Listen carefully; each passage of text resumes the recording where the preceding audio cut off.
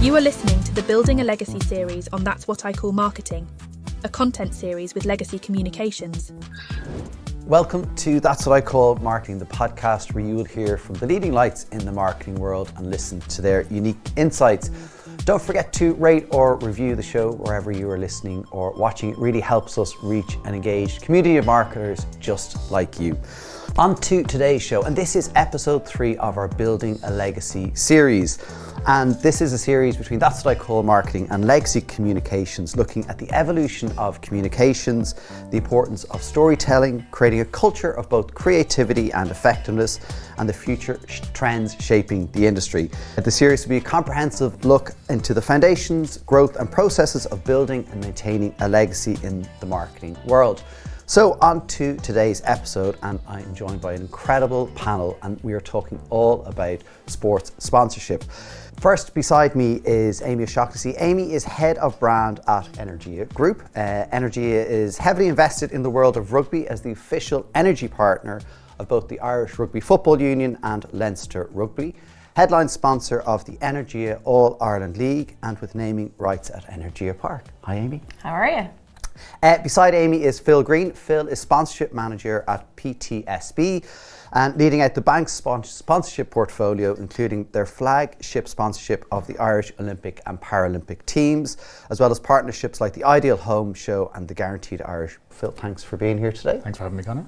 Next up is Mary Maguire. Mary is head of sponsorship at Legacy Communications, and working together with the 3 great brands here today, works across a wide range of sponsorship within the industry, from sport, culture, entertainment, media for her clients and the agency. Mary, good to see you. You too, Connor. Thanks for having us. And beside Mary is Jason Delane. He's Director of Brand, Product and Marketing at Stay City Apart Hotels. And they've most recently negotiated and led out on one of the most talked about sports sponsorships in Ireland, and that is with the Dublin GAA, which was signed on a 5-year deal in November of last year. Jason, good to have you here. Thank you, Connor. Delighted to be here. We'll have to explain in a few minutes a bit about some of the sports dynamic of this country, things like GAA for people outside of Ireland who don't know. But Mary, I'll start with you just to give a bit of an overview of the sponsorship landscape in Ireland. Well, thanks, Connor. I suppose for a small island nation, we punch above our weight for sure. Annually, the sponsorship industry is worth around 220 million, which of course has dips and troughs over the last number of years, particularly with COVID and sport and entertainment taking a big hit. But we've come back strength and come back fighting, all guns blazing. There's plenty of opportunity and lots of brands getting involved in the market, which is good to see. I suppose the key thing to note from our side is brands are really taking their business challenges and using sponsorship as a marketing channel to look at their business challenges and problems and how they can use sponsorship to address that.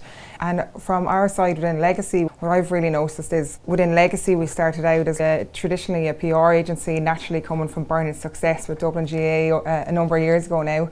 The agency started out in the sponsorship world naturally from Bernard's career, and then Kev joined and onwards it grew, starting out in PR. But now I suppose over the last number of years we've really noticed the increased demand and integrated campaigns for sponsorship, and really looking at creativity and how we can bring that storytelling for a brand to life through sponsorship when the audiences are so passionate and excited about sport and entertainment. It's such a great vehicle to communicate a brand in a very different way. Well, does a great brand, but you mentioned, Mary, the business challenges, and I'm fascinated by that, the business challenges that sponsorships can answer. And I think everybody here today has probably a different business challenge that you faced and how sponsorships helping you address it. Amy, can I come to you first? And maybe, because you've been involved in rugby for a number of years, is it over 5 years or longer probably? 6 years in Leinster, and actually prior to that we dipped into the Pro 14 as it was final series in Dublin, which I think was around 2017. What was the business challenges and energy that you were looking to overcome with sponsorships?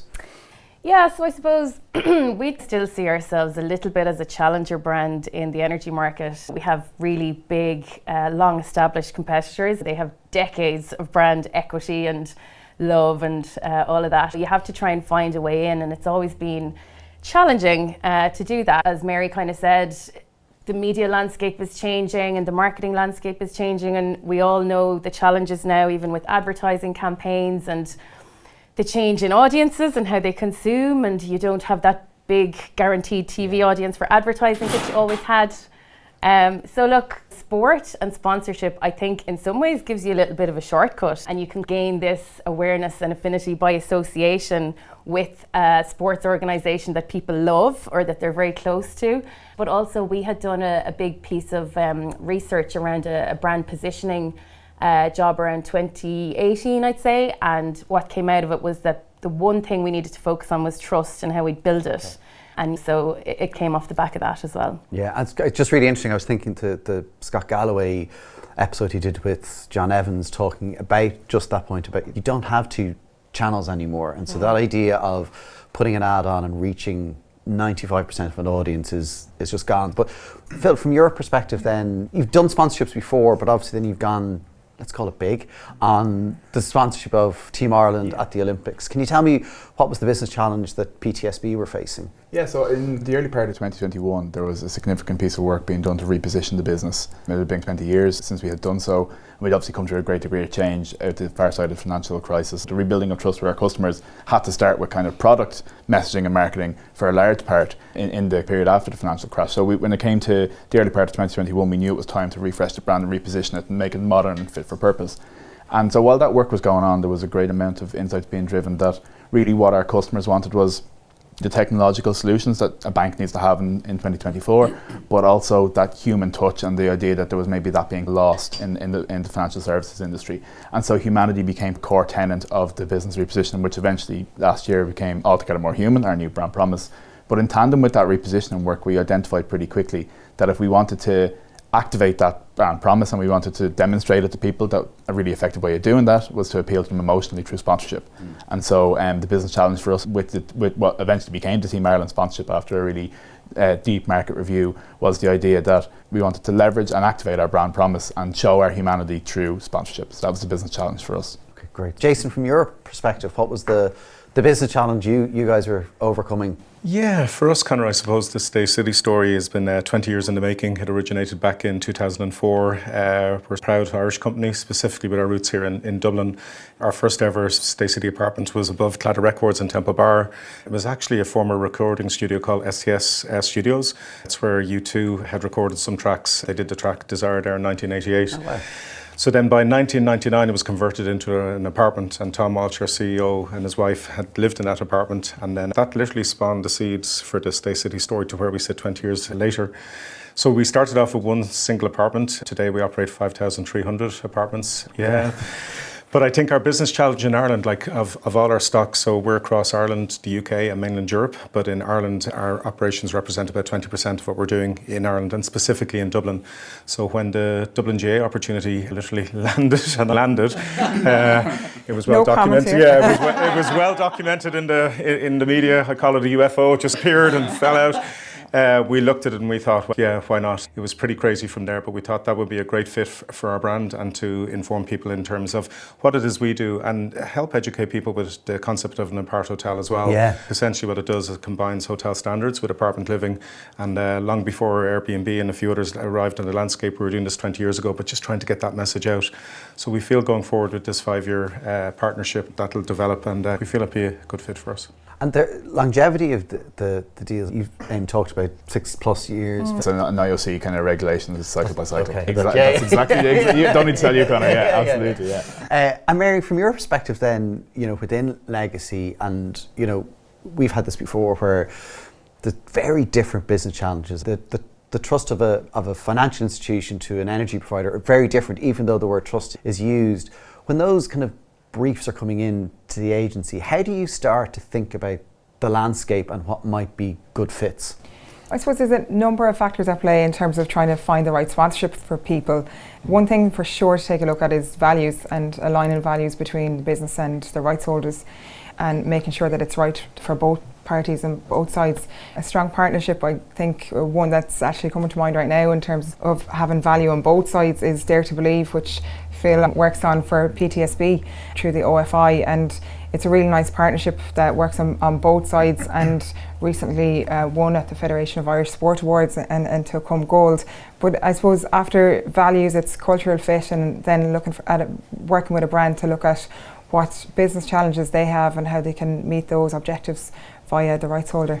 Yeah, it's because they're so different. And then does any sort of internal, there's lots of internal things go on with sponsorships and partnerships, and I think there's a historical thing where it's, oh, the CEO likes golf, therefore we do golf.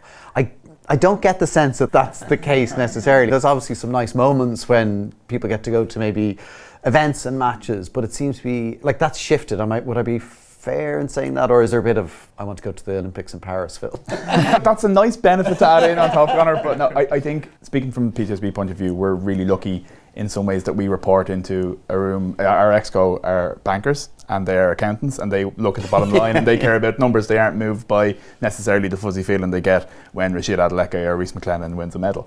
So they absolutely look for kind of proof points and hard points. And I think the industry in general has really moved on in the last 10 years away from that kind of chairman's choice or CEO choice into more strategic direction. And it is now, I think, part of the marketing mix with business challenges being addressed and measured against. I think that's been the big movement in the industry since I joined it, is the extent to which things are now measured, as opposed to that felt like it was good and people told me it was great and they saw my ad on TV. It's now, what is it delivering for us? How is it doing versus other forms of marketing communications? And it's being assessed on a level playing field in that way. So I think it's definitely moved on. And Amy, from your perspective, how has rugby arrived at? There's lots of opportunities. How is rugby the right one? I think you do other things. I suppose there's a few reasons. One of the big ones was that whole trust piece that we mentioned, and we'd done this huge piece of research back in 2018 to find out what were the drivers of trust for an energy brand in Ireland.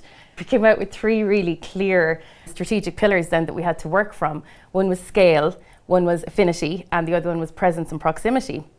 So that was our little dating checklist. We needed a partner that ticked those boxes. The other thing, again, like I said, we're in such a competitive market, and you have to look at what's everybody else doing and where is the space. So the GAA and soccer were taken care of.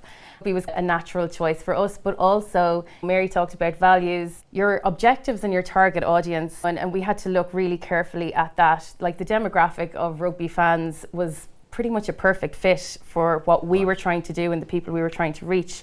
With the IRFU partnership, we're partners of the Irish team, but we also have the Energia AIL. So while you have the huge scale box ticked with the Irish team, you have that proximity and local level presence with the AIL, and then you have affinity across both. So it was just... Yeah, and AIL is like local rugby... The All-Ireland League, so it would be the highest level of club rugby in Ireland, and there's about 60 teams involved across 6 leagues, men and women's. For people who may not know. I think to add to Amy's point there is like back to rights holder and making sure it's the right partnership for a brand. Like for Energia, sustainability is naturally a key goal and brand purpose for them over the coming years.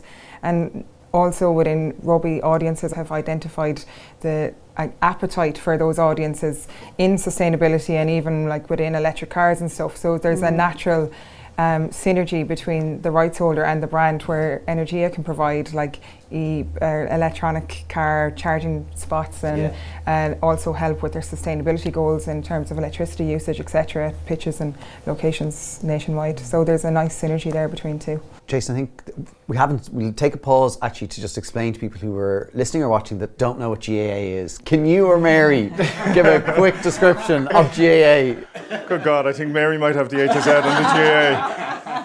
That said, Gaelic, obviously, it's the biggest sport in Ireland, of course. I was fortunate enough, I attended my first game. Believe it or not, it wasn't a Dublin game. It was the 1982 All-Ireland final between Kerry and Offaly.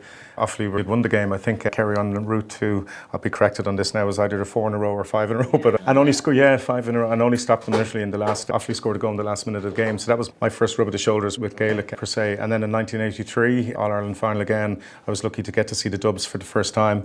It was the famous game, the 12 Apostles. I think the weather was atrocious. I think Dublin had 3 men walk. I think Galway had 1 walk, and Dublin still came out on top, fortunately, with Gaelic.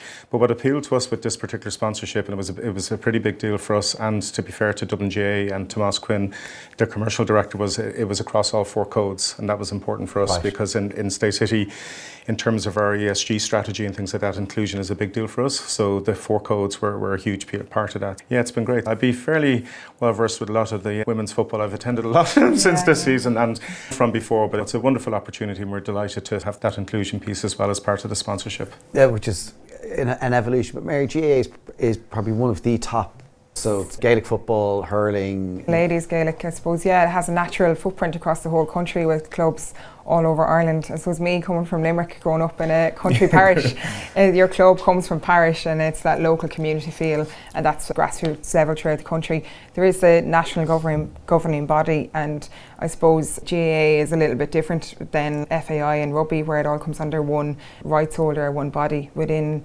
GAA there's naturally pieces in each of the 32 counties, plus then you have your provincial level and then national level. So it's currently 3 with Camogie, LGFA and the GAA encompassing hurling and football. For those overseas viewers or listeners, definitely check it out on YouTube. It's entertaining to say the least. I swear they're not trying to kill each other. Most of the time. Yeah, most of the time. Within Dublin GAA County, it's a huge opportunity for Jason, and like Jason said, as a county, the way they sell their sponsorship as a rights holder is really admirable to ensure that all 4 codes are represented as one, and no other county does it, and it's really well done. Actually, I'm factually incorrect. Another county has done that in recent years, but the way Dublin executes that is fantastic. Yeah, no, it's the Paralympics and the Olympics is under the sponsorship, which is again, I think, an evolution of how Team Ireland have put that sponsorship together, and it obviously makes a lot of sense. Even the timing of the games, are they closer together, or there's a 2 weeks between the end of the Olympics and the start of the Paralympics, but it was very important to us that, similar to the exercise Amy and Energia went through, we kind of went through a very comprehensive review of what a set of criteria was for sponsorship for PTSB, and one of those was absolutely something that was reflective of the community. So we're active in nearly 100 communities around the country with our branch network. It was very important to us that our sponsorship reflected what those communities looked like in the 2020s in Ireland, and that meant across gender, across ethnicities and across ability and disability. So it became quite apparent to us quite quickly that we absolutely wanted to work with both, and similar to Aidan's situation, we're working across multiple rights holders there, and that we're working with the OFI, the Olympic Federation, and Paralympics Ireland, which are still 2 distinct bodies, work very closely but still in parallel rather than totally in tandem.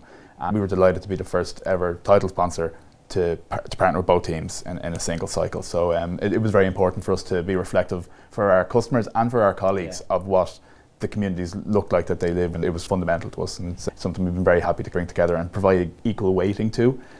For our Paralympians in our above the line advertising or in our earned media PR opportunities, we're always ensuring that there's a balance there and treating the athletes as elite athletes rather than able-bodied and disabled athletes. It's interesting because you talked there about how the 2 organisations, and we've talked about this before on the podcast, how organisations set up, but actually what I think you've done as a sponsor is actually brought to the market a Team Ireland view. And I think that's been really great, because actually everything I've seen and I think we've seen has been about, this is Team Ireland and it's the summer of the Olympics for these athletes. So, exactly what you've just said. And because that brings us on to probably activating sponsorships. So sponsorships are wonderful, and I think you can make the case, you can get the sponsorship, and it tends to be quite an investment. But that's not enough. We have seen people do badging exercise before. I think famously in the UK, Kazoo just badged a whole load of teams, and that didn't really work out well for them. The activation of it is incredibly important and hard. Mary, that's something that you work a lot on, is going, okay, yes, deal is done. How do we think about the activation? How do you move to that stage of the partnership? I suppose it's looking at, again, values and culture, making sure they align, and then looking at your objectives and trying to figure out what the best route is. But I think we're in a phase of marketing at the moment where like cause related and ESG and inclusivity are top priorities for most brands across the board. And then it's looking at how do you actually align that, if that's the brand priority or whatever the brand priority is, to the brand purpose, and look at how you activate that to ensure you're benefiting both rights holders and the brand together to meet both their goals. It's definitely our favourite part, I think, within Legacy to work on. There's a whole pile of fun and a huge amount of energy that goes into it, and everyone gets really excited by it. Long may that last. Amy, how have you gone about activating your partnerships over the years? Oh God, there's been so much. We've had a lot of fun, to be fair. When you're a rugby fan, a sports fan, it's all the more fun. But you nearly have to think of a competitive set within sponsorship as well as your industry competitive set, because, and I'm sure you guys would be the same, like Irish rugby, everyone wants a piece of it. Yeah. There are many huge brands, and you have the likes of Guinness, of course, who have been there forever, and all of those associations. So we have to box a bit clever, and we have to try and think a bit differently. And again, it's that little plucky challenger brand in a way, trying to find our way through. The World Cup, for example, the Rugby World Cup last year, the whole country wanted to be involved in that. It was the most highly anticipated event. Everyone was so excited. There was such a buzz about the team. They were on a high. And we were thinking, okay, we need to get on this. And actually, as a brand over the last couple of years, we've been quiet outside of sponsorship, mainly because of the energy crisis and the cost of living crisis, and just trying to be a little bit careful and a bit sensitive. So we knew rugby was still a safe space for us and a big opportunity with the World Cup. Like, a couple of things that we did. One was to go out really early with media. The tournament was starting in September, so lots of people were going out mid-August. We went out mid-July. It's cheaper. We had smaller budgets than some of the others, so we had to get out first. And then the other thing was the creative. And you guys will know from tournaments, the restrictions. Yeah. If you're not a tournament sponsor, if you're a sponsor of a team, what you can say, what you can't say, can't mention Rugby World Cup, can't say certain things about France and the game and whatever. So how are we gonna do this in a way that it's clear that we are a partner of Irish Rugby? So as it happened, we were developing a brand platform at the time, Think the Possibilities, and we hadn't actually launched it as a brand platform, but we were like, God, we have to get this out now. This is the only way. So we came up with this great idea where we painted a picture of Ireland in 2024 having won the Rugby World Cup and what would happen. So everything is being named after rugby players. So we have Ringrose Roundabout and O'Mahony Plaza and Gibson Park. That was my favourite. And all the babies are named after rugby players, with Kalins and Hugos and whatever. So it was quirky, it was a little bit different. We got out early, and you just have to think differently sometimes. It was great. I know Mahoney Plaza was something you could almost see. Yeah. I think that could happen. You make an interesting point about activating during, and Phil, that's something that you're going to get into shortly. 44 days away from doing it. Okay. Not to date the recording.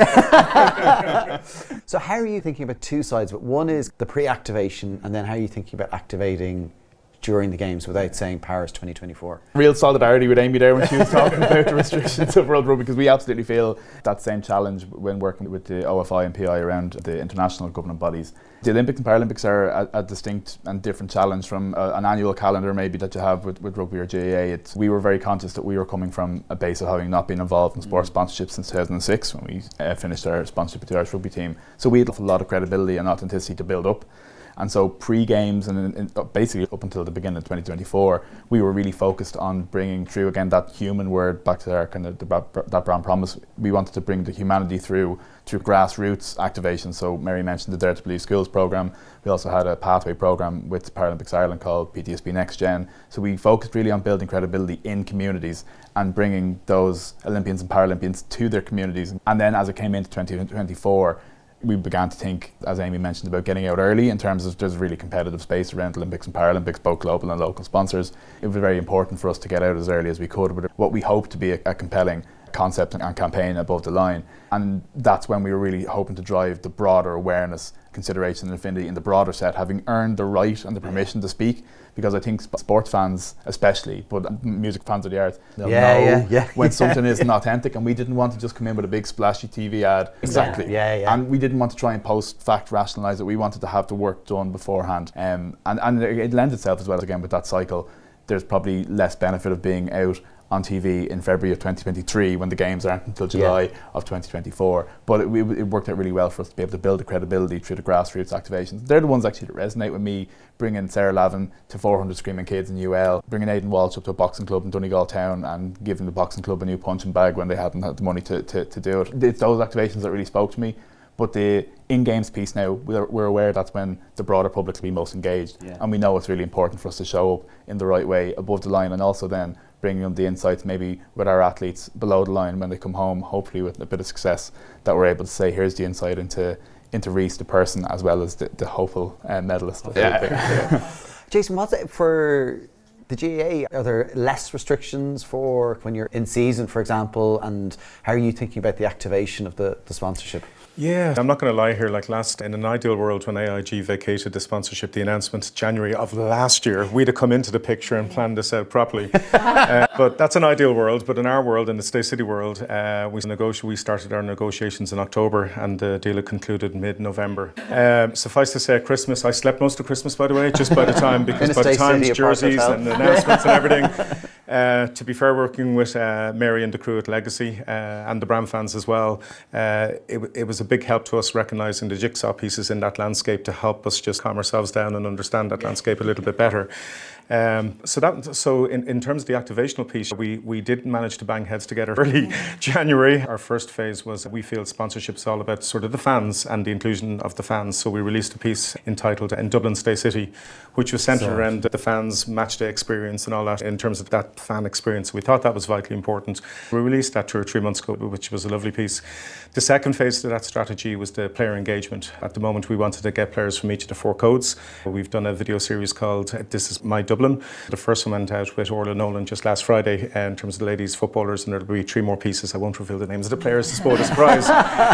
So that's going out because we're now in the middle of championship season. That was an important piece. We're going to introduce a fun piece that's coming over the coming weeks as well that we feel will resonate with the Dublin fan base and hopefully the wider GAA community as well. We're really excited about that, and beyond that, I think that community piece with the Dublin community, the passionate GAA, Dublin GAA fan base and the wider GAA community again, that's going to be key. We've recently appointed a head of community and charities officer as well, so we've already had discussions with Dublin GAA so that we can play catch up on that and model that out for season 2. I think what's interesting for me is the different phases that each of the brands here are in, and looking at how they're activating. So particularly noticing when brands get into sponsorship space, they kind of flirt with below the line to figure out, is this right? Are we going against the right business challenges? How are we activating against this?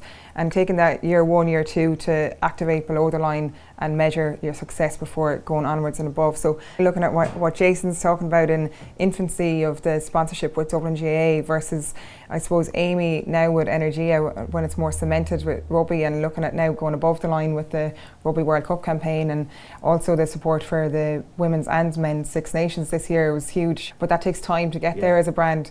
But then looking at Phil and the work they're doing in PTSB, it's a 4-year cycle. As he mentioned, it's coming with below the line first, and then you're building up towards games here that you don't have to hit the ground running with above the line straight away is probably the key thing there on investment. Yeah, dealing then with the rights holders, it can come with a lot of complexity, but I know the relationships are so key. I was involved with the previous Olympic cycle, and that happened during COVID, and the games, was it going to happen, was it not going to happen? And one of the key things was the relationship with the rights holder, and the phone calls from Catherine Tiernan, who was on the phone going, we're thinking about this, how can we do this? And that was incredible, because then you had a rights holder who cared as much about your business challenge, what you were trying to do, as you cared about them. So that relationship is really important, and I guess maybe, Amy, from your perspective, that's probably built over time. Yeah, definitely. And it feels like your rights holder partners and your agency partners is like an extension of your marketing team, especially for us. And we're quite small team in terms of sponsorship. Lorna Danaher is our sponsorship manager. She really is the queen of all of the relationship building. The woman knows everyone in Dublin. And actually it's down to her, the relationships we have built over time. I'd have to say, obviously, we're with Leinster now 6 years in a 10-year deal, and we're very close with them. I think we know them very well at this stage, and they do a really good job on that as well, and they bring other sponsors together, so it feels like a big family. I think when you've sat in torrential rain in the front row in La Rochelle in December at a game all together and felt that misery, but then the joy at the end of it, that kind of brings you together. But it's the day-to-day and working really closely with the IRFU in particular. Such a huge organisation, and we have to understand their priorities and their pressures and their timelines. There's no point coming into them with some fantastic new idea like 3 days before the Six Nations. You have to get to know them, and Lorna has really built that very strong relationship there, and there's so many layers of approval, and I'd say we're very ambitious in terms of what we want to do, and I'm sure they're like, would they ever just calm down? But no, it's great. And again, it's about getting in early, because with all of their other partners, there's a good chance people are going to have similar ideas. So you need to see where the gaps are, get your idea in before anyone else gets it in. But yeah, look, like I said, it's all about communication. It's all about relationship building and trust. I think communication is exactly the right word from Amy, and we've had fantastic communication from Catherine on the Olympic Federation side, from Derek on the Paralympic side since day one. And I suppose for us, bringing those two organisations, again, who work in tandem and share an awful lot of information, but bringing them together commercially at the kind of title partner level for the first time, communication became a three-way street then as well. It became some sort of French roundabout, I think. It became a triangle, I suppose, that we all had to make sure that we were all comfortable with what each distinct people were doing. Our commitment, as I said, was to be totally balanced with what we did with Olympic athletes, Paralympic athletes, but to get comfortable with the idea that there were some programs that the Olympic Federation ran that the Paralympics didn't have an equivalent with, and vice versa. Nobody was going to get upset or hurt if we were activating things in a certain way once the general commitment and communication was there about it. And I know we touched on it already, but a big thing for us, I think, and something that's brought us very close to the Olympic Federation and the Paralympics Ireland has been that international oversight from the IOC and IPC, especially around our creative development. In that there was another 2 or 3 weeks added on when it had to go to the IOC, and we nearly developed the platform and the specifics, even down to changing outlines of copy collectively with the rights holder partners, because we knew that we needed their input to get it through the IOC. So I think that's probably brought us closer as well, in that they're trying to do as much as they can for us up the chain to the IOC to make sure that we can get as many of our ambitious ideas across as we want without shattering Rule 40. But I think that helps us bring closer together. But it is, I think Amy's totally right, it's all down to communication. It's getting things in both directions line of sight quite early. So if there's ideas that the rights holders have, they're trying to make things easier for us, that we all have enough time to work on it collectively together. But it's been a joy to work both organisations on our side, and I like to think we've helped them get a little closer as well. It's all, like, what's interesting is none of it's off the shelf anymore. In the days of sponsorship being, this is it, you get the badging, you get the this and this. This is all about how you activate it collectively, because I think the rights holders are getting to a point now where they realise that actually this is lifting their boat as well. So the day of kind of, this is what the package is, and you take it or you leave it, it is gone. Jason, you're at the start of the journey, I think, of Dublin GAA. So how are you building the rights holder relationship? Yeah, our rights holders at Dublin GAA, they've been an absolute pleasure to work with. Like, the support, it's pretty special for us. Tomás Quinn, he's the commercial director at Dublin GAA. Obviously, he's a well-decorated player for club and for county. So Tomás shows that sort of passion himself inside, those phone calls are just the easiest thing. You just pick up the phone and nothing is a problem. And then working with our agency partners like Legacy as well, that has been a huge support. I think Amy touched upon the word family, and I feel we'd visited Dublin GAA, the leadership team there, Tomás, and we were fortunate enough to meet the football squad not so long ago with Desi Farrell and the team. We're planning to meet the other squads as well. And that was such a humbling experience, because you could really sense that family feel amongst, like, it's a real open, lovely community, I have to say. And we're very fortunate in that regards. Our rights holders, like, nothing is a problem. Tomás Quinn, on the money, pick up the phone at any stage, and Mary, you'd probably back that up as well. We're very much the rookies at this. So it's great to have that sort of support and that sort of guidance and professionalism behind it as well to help us. Yeah, and it's where I think the agency expertise does really come in, because, again, I've experienced that where have such deep expertise in sponsorships, Mary, but it's complicated across all the different... It is, but I suppose that, as the guys all touched on in different ways, it's all about relationships, and, like, Ireland's very small, and the chances are that someone within our team will know someone. Someone always knows someone and can pick up the phone, and then I suppose that makes the likes of a GAA sponsorship, or like our Dublin GAA sponsorship, much easier to activate and get approvals from overseas. So it's like the governing bodies, whether it be Six Nations or Rugby World Cup or the IOC, etc., that there isn't those complications with GAA, so that makes it naturally a little bit easier, because there's always a relationship with some rights holder somewhere in Ireland. And actually, there are times where, in order to preserve that really good relationship between the brand and the rights holder, you might need the agency to step in and be a bit of a bad cop every now and again. And that's really useful and helps everyone out, I think. And the agency, the guys are always happy to do that. They love being the bad cop. I'm taking notes, Amy. But you do need a little bit of that sometimes. No comment. For sure. The other part of all sponsorships then is the talent.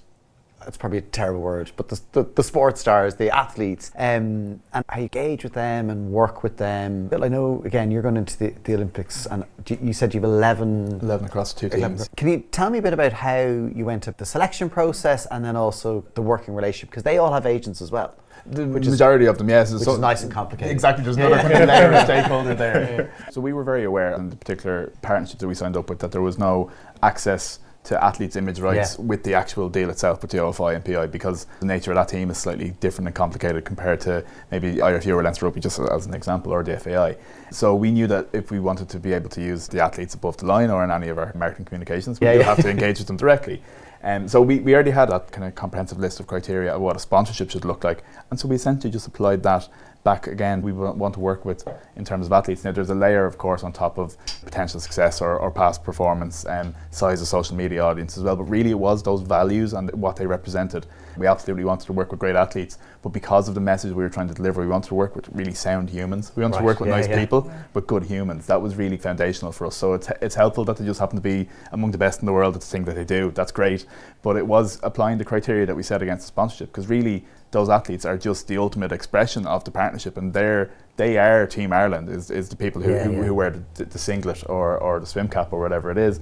And so we wanted to make sure that we applied the same level of robustness to our selection process there. We grew it over time. We had 4 athletes at launch stage. Again, that's back to the point of the building of the cycle that Mary mentioned, and we grew that gradually over time to the point where we're now at 11 across the 2 teams, which is really exciting. And it, as you said, it presents its own challenge. We've never had all 11 in the same room at one time. We've had 10 twice. The week we launched the brand and the week we shot the TV ad, we had 10 of them in the same room twice, and they weren't the same 10 either. But it widens the net of, you need to make sure the communication is good between your rights holder partners, your agency partners, ourselves, and then the agents, or in the case, not all these athletes on the Olympic and Paralympic have agents just because they're not as commercially developed or it's not their full-time job or whatever the case is. And that communication is different again then, because if you're speaking to an agent, you can quite easily have that kind of commercial conversation. Whereas if you're speaking to an athlete, you're making sure that they have somebody who's read over the contract. You're maybe working through the rights holder partner, the OFI or PI, to make sure that they're protected, because even we're doing things the right way, but we want to make sure that the athlete feels like they're not being pressured or anything like that. So there is an extra layer of communication and relationship building, but we're really lucky, again, to Mary's point about Ireland being quite small, the number of kind of sports agents that work across the market is relatively small, and then smaller again probably within the Olympic and Paralympic fields. And so we've built up quite deep relationships with a number of those agents, which means that if we have a crazy last minute idea, we can pick up the phone and maybe have the conversation, or get us to that's exactly where I was going. If it's a particularly bad idea, you want to distance yourself. That's ridiculous. That would never work, would it? Jason, for the WGA panels, how are you looking at the talent that you can activate with? So we're still in our infancy in that particular space, but we've been fortunate enough to tap into Mary at Legacy and Dara, a person from the brand fans as well, to help identify who would be a good fit for the Stay City brand across the 4 codes. Going forward, you'd like to think that our industry is about travel, so that there might be some people who have an genuine interest in travel, and that can help promote that, particularly across some of the new markets that we plan to penetrate going forward. But it's been very much like the activational pieces we've done at the moment. That This Is My Dublin piece that we did a media launch at one of our properties about 3 months ago that Mary kindly set up as well. So that player activation piece, it's pretty much, we're in the infancy of that relationship, and it'll grow as we go into the seasons, but we've been delighted with it so far. Do you see, Amy, on the player side as well, they're getting more commercially minded, and they're getting more aware of maybe the post and how a partnership like this can help them? Yeah, and actually we also do a bit of work with RPI, Rugby Players Ireland, and one of the things that they do is work with players to develop that sort of future career path for them if it's outside of rugby, and they would place players in sort of work experience situations.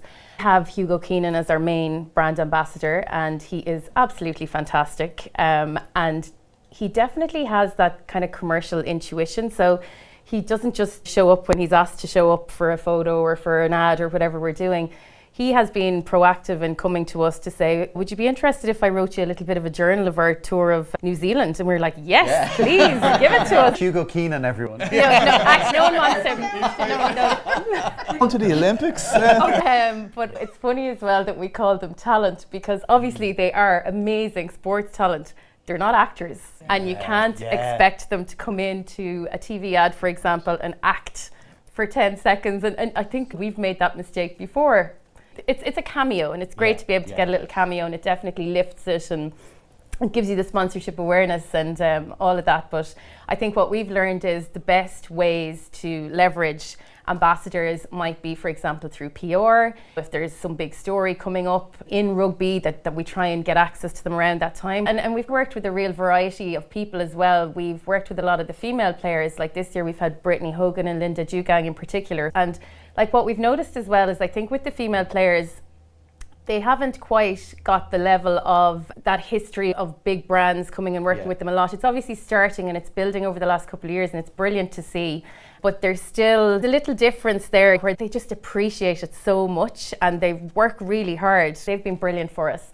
But Hugo is also great. And actually back at the beginning when we did our deal with the IRFU and we thought, how do we establish ourselves quickly? And we thought, let's work with established talent. So we worked with Ronan O'Gara and Shane Horgan. Okay. You see the difference there as well, because they are established, they've been around for a while, they've done a lot of media and stuff outside of rugby. We were learning as well, I think, at the time as a rugby sponsor, and I remember we were shooting an ad with Ronan in it, and it was my first time doing a rugby ad for TV, and it was all very exciting. A little bit of a Ronan fangirl as well. He comes out of his trailer and he's got the outfit on and he's, what do you think of this scarf? I was like, yeah, it's great. He's, no, you're the boss here now, tell me, is this the right scarf? You tell me what you want. I was like, oh, it's perfect. I realised you have to. They're working for you today and you need to get what you need out of it. Gorgeous. I hope he's not watching this. But it is. I'll share the same. This is the clip. It is interesting, like those you can get not overwhelmed, but they're people that you admire, I think, in lots of ways. I want to turn to maybe some of the less glamorous sides, but really important pieces of this, which is measurement of the impact of sponsorship. Groups like the ESA have done an incredible job of kind of pushing the conversation on how we measure impact, because I think sponsorship was seen as a luxury of big brands previously.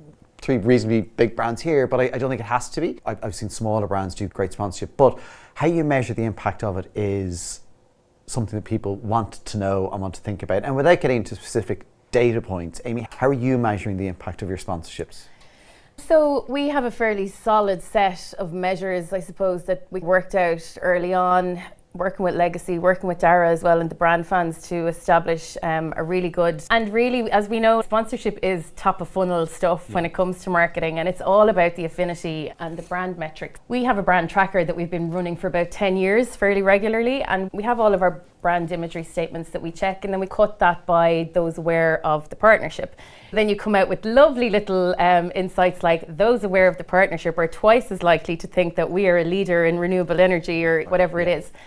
So that's one way of measuring. We've developed a really good customer energy of rugby club.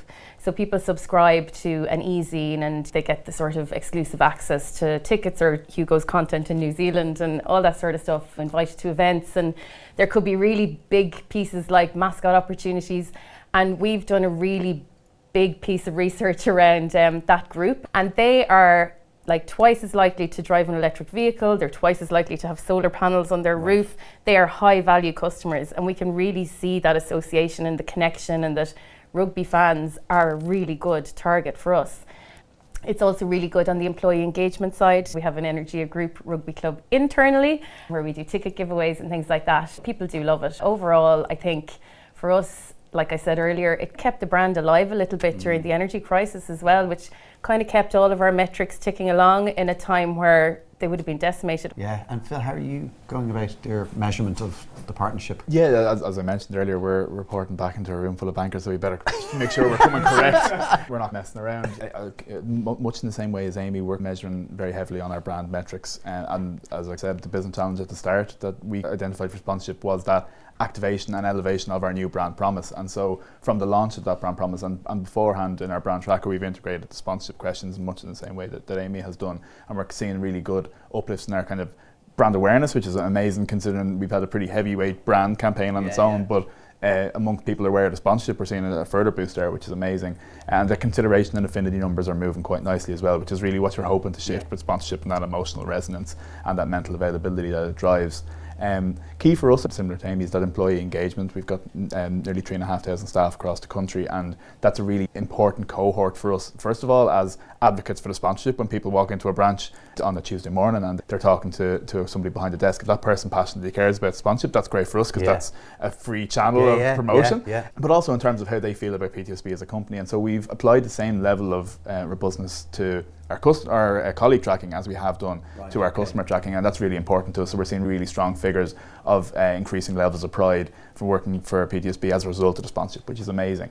And then lastly, I suppose we were aware when we were building out our campaign and our platform, the human behind the athlete, that we wanted to make something that was engaging for people, because for the rights holder, and I've spoken about it a couple of times for the Olympics and Paralympics, the window is relatively short to actually make the most noise when possible. And just thought we launched our TV ad for the first time in Q1 of this year, and we've seen some really encouraging figures around the kind of levels of engagement and the perception of interest. What we want to do when we're trying to tick our brand metrics and tick our colleague metrics, we also want to make sure we're doing a job for the rights holders as well and driving interest there. But it's really important for us to keep an eye on that and see how engaging our campaign is and our activation is to drive interest in the Olympics and Paralympics as well. Are you starting to think about establishing the metrics? Yeah, so we over the 20 years, we've used certain PR and media monitoring tools and things like that to gauge our brand sentiment, brand exposure and things like that. I did make the point that only 20% of our operations are actually in Ireland. But beyond that, I think the bigger piece for us we wanted to achieve was that education piece about apart hotels.